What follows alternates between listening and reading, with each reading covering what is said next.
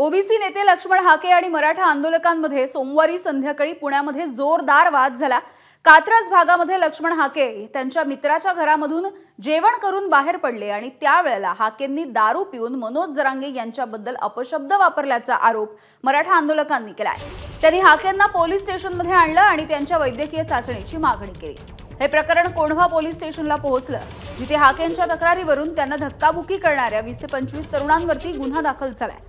तर प्राथमिक तपासणीमध्ये हाके यांनी मद्यप्राशन केलं नव्हतं असं आढळून आलेलं आहे। पोलिसांनी ते स्पष्ट केलंय। दरम्यान यामागे कोल्हापूरचे संभाजीराजे आणि मनोज जरांगे असल्याचा आरोप हाकेंनी केलाय।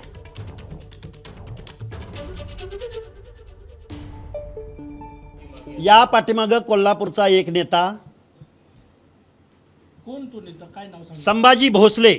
आम्ही राजा मानणार नाही, परंतु महाराष्ट्रातल्या ओबीसीच्या एका मेंढपाळाच्या सर्वसामान्य कुटुंबातल्या पोरावरती भ्याड हल्ला करायला लावणारा हा राजा असू कसा शकतो? दारू पिण्याचा टाइम संध्याकाळच्या 6-7 वाजता असतो का? आणि तो मते नावाचा मुलगा मला 5 वाजता भेटला होता। 5 वाजता त्यांनी कुणाला फोन लावले, त्याचा मोबाईल जप्त व्हावा आणि त्याचा CDR तपासला जावा।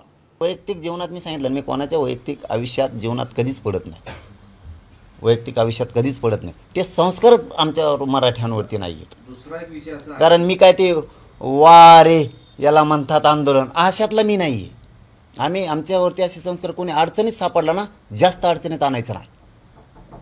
आमच्यावरती ते संस्कार नाही, ते दुसऱ्यांवरती संस्कार आहेत। एखाद्या अडचणीत आलं ते लगेच गळचेपी करायची, लगेच दाबायचं बघायचं, त्याला चेंगरायचं बघायचं। त्याच्यात हे मराठ्यांचं लेकरू आहे, त्याच्यात हे मोडत नाही आणि ते संस्कार ह्या लेकरावर नाहीत। एबीपी माझा, उघडा डोळे बघा नीट।